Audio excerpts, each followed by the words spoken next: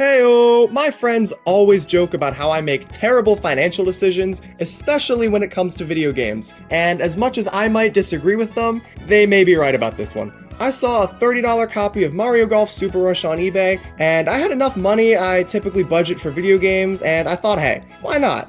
I love Mario Golf. Surely I'll enjoy this one. And I wasn't entirely wrong. I did enjoy it, but not for very long. Mario Golf Super Rush came out in June of 2021 to mixed reviews, with the biggest complaint being about how little content it had. It suffered from the Mario sports game curse that seems to be haunting the Switch, where the gameplay itself is amazing and so much fun, but there just isn't enough content in the game to make people feel like playing it for any more than 2 hours. Just like the other Mario sports games, Nintendo tries to fix this with 3 updates, but by the time the updates actually come out, people stop caring. They've moved on. I don't really understand why Nintendo keeps up with that model. I think they saw the success of Splatoon and they figured they could apply it to a bunch of other games like Nintendo Switch Sports and the Mario Sports games. The difference between a game like Splatoon and Nintendo Switch Sports is that despite getting a ton of content after launch, the content the Splatoon games have at launch is enough for the game to hold up on its own. That just isn't the case with Mario Sports games. Instead of feeling like the updates are additions to an already great and already abundant, time-consuming game, they feel more like sections of the game that were meant to be there from the get-go. I skipped Mario Golf Super Rush when it came out back in June of 2021 for that very reason. I didn't want to blow $60 on a game that I'll get bored of in an hour or two. I want to know that the game I'm putting my money towards has value and will keep me entertained. I made that mistake with Mario Tennis Aces, and I wasn't about to make it again with Mario Golf Super Rush. Within that time, I played the other Mario Golf games, Toadstool Tour and World Tour. Those games are amazing, and I think they're shining examples of what a Mario Golf game should be, especially World Tour. And I think that my experience playing those 2 games really sets the stage for how I would feel about Super Rush. When Super Rush came out, a lot of people were making comparisons to Mario Golf World Tour, so I wanted to see what the hype was all about. After playing World Tour, I can confidently say that it is definitely worthy of all the praise that it gets. The base game had 10 courses, but there were DLC packs that added even more to the game, so it had a total of 16 courses. The base game had a good amount of content, and the DLC only added to it. It wasn't a replacement for what should have been in the base game. That's how I think that the Mario sports games should be done. It was a supplement to the content rather than being the very reason the game had a sufficient amount of content at all. The modes were back and better than ever in World Tour. There was so much to do. I'd bust out my 3DS for a quick Mario Golf session and realized that my 20-minute session was actually 2 hours. The modes were so much fun to play, and there was so much stuff to do, I was never bored. World Tour fixed the minor complaint I had with Toadstool Tour not having a campaign mode. World Tour had a campaign mode where you can play different courses with your Mii and buy different clubs and cosmetics for them. It was a lot of fun to progress through, and it was a great way to get myself acclimated to the game. The gameplay was just as good as it was in Toadstool Tour, though it didn't change it too much. The thing is though, World Tour didn't have to revolutionize the Mario Golf gameplay that it had in Toadstool Tour, because it was already great. The gameplay we had was amazing, so all they had to do was introduce just enough content to make me want to experience that amazing gameplay, and Camelot absolutely delivered on that end. Overall, I enjoyed both Mario Golf games I had played for their addictive gameplay and abundance of content to go with it, and that love I had for the last 2 Mario Golf games led to me making the questionable decision of buying Super Rush. I figured that since all the updates have been released and conversation about the game has simmered down a bit, maybe I'll stumble upon a genuinely great game that's been improved so much to the point where it's actually worth the price. Maybe the game holds up well and is a ton of fun to play all these years later. Mario Golf Super Rush had some insanely big shoes to fill, so could it fill them?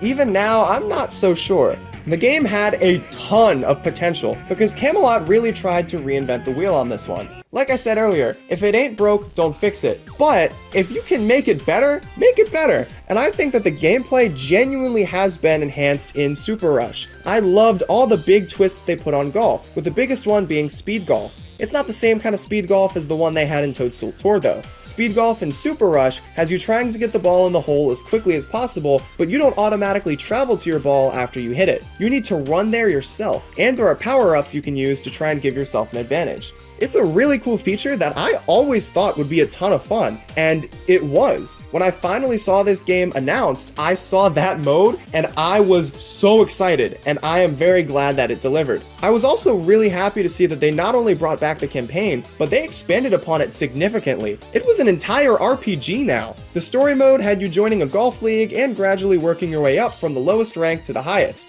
You visit different areas of the world and you play on their respective course, and if you do well enough, your rank increases. You could buy different clubs for your Mii, and as you level up, you can improve different stats like how far you can hit the ball and how well you can control its spin. The story mode did not stay that simple though. It seems like a totally normal campaign for the majority of it, but about 3/4 of the way through, it becomes absolutely bonkers. Suddenly a simple story about working your way up the ranks in a golf league becomes a story about crossing the lands and receiving the power of ancient spirits in order to take down an evil frost king that wants to plunge the world into winter so he can control all of it. Not gonna lie, I did not like that sudden shift. Don't get me wrong, I loved the story in Mario Tennis Aces, which was equally as off the walls as the one in Mario Golf Super Rush, but at least you know what you're getting into from the start in Mario Tennis Aces. From the beginning, you're told about the cursed tennis racket and what it's trying to do. There is no cutscene like that in Mario Golf Super Rush, and the transition from a regular campaign to a goofy story was not smooth whatsoever. The story did grow on me, and the boss battles in the story mode made a really cool and unique use of the gameplay mechanics that I found to be pretty fun. But that shift in story just did not feel right at all. It's like if I'm watching a TV show about, I don't know, like a race car driver or something, and then it suddenly turns into a quest to find some ancient treasure in Europe. Like, don't get me wrong, both shows sound awesome, but there just is no good transition for such drastically different stories. The story mode overall, though, was a great way to introduce players to all the different gameplay mechanics and modes. I think it did a bit too much introducing though. You see, it introduces you to a cross-country golf mode, which I thought was an amazing concept. It's basically speed golf, but instead of the game determining the order of the holes you play in, you get to choose. It was an awesome twist on golf since it was basically open world golf. You get a certain number of strokes, and you have to go to every single hole within that number of strokes. I really enjoyed the cross-country golf mode, and once again, I thought it was an awesome twist on golf with a ton of potential. I looked at the reception of it online though, and it looks like some people weren't too fond of it. It turns out Nintendo wasn't really fond of it either, because you don't get to play it outside of the story mode. Why would they even bother introducing a mode like that if it's not going to be playable outside of the story mode? It had so much potential! I understand why some things are exclusive to the story mode, like obviously the boss battles are going to be exclusive, but cross-country golf?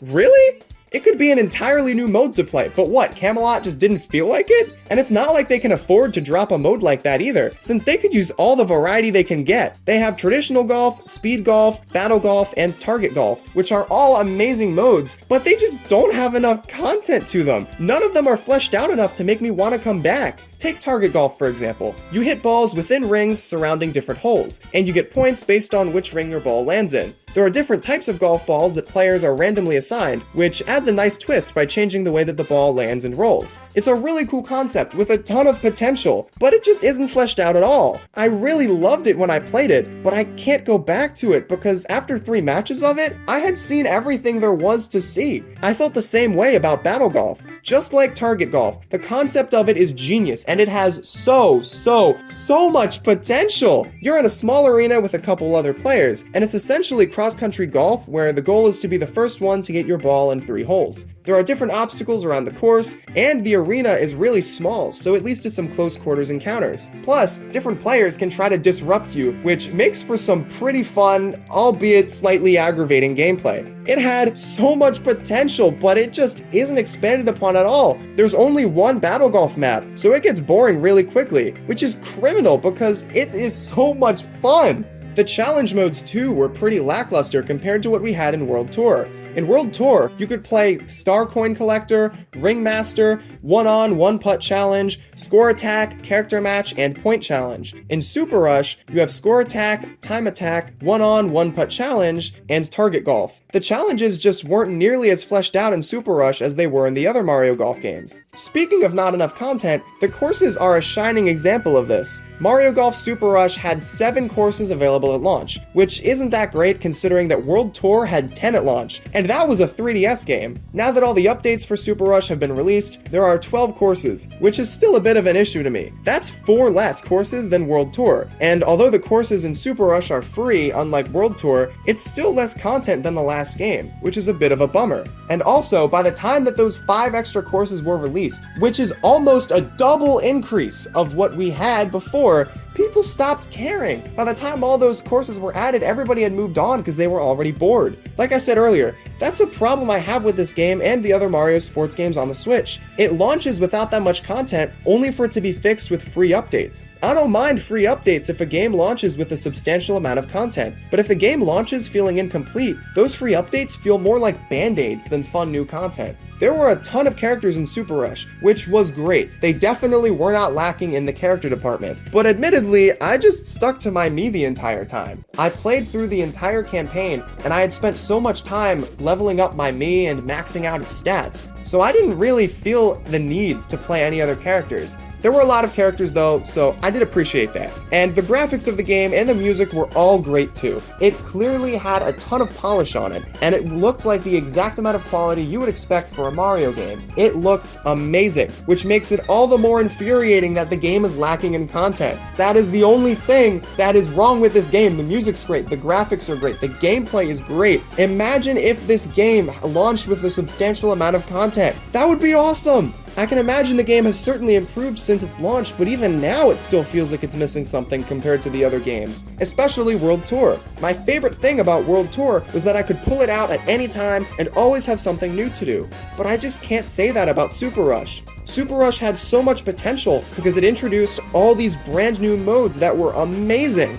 Now, for the price I got Mario Golf Super Rush, I can't entirely complain. $30 is not bad whatsoever, especially for a first-party Switch game. There are plenty of other Switch games lacking in content that usually go for way more than $30. All in all though, I appreciate what Camelot was trying to do with this game and how they were trying to innovate and everything, but it's all for nothing if there's no reason to keep playing those new modes. I really hope that they try to innovate in the future with their next game, and I hope that they bring back a lot of the modes they introduced in Super Rush, but I really, most of all, hope that they learn their lesson and actually add enough content. I'm not holding my breath though. Mario Golf Super Rush had so much potential to truly be something great, but in the end, it ended up being just another game.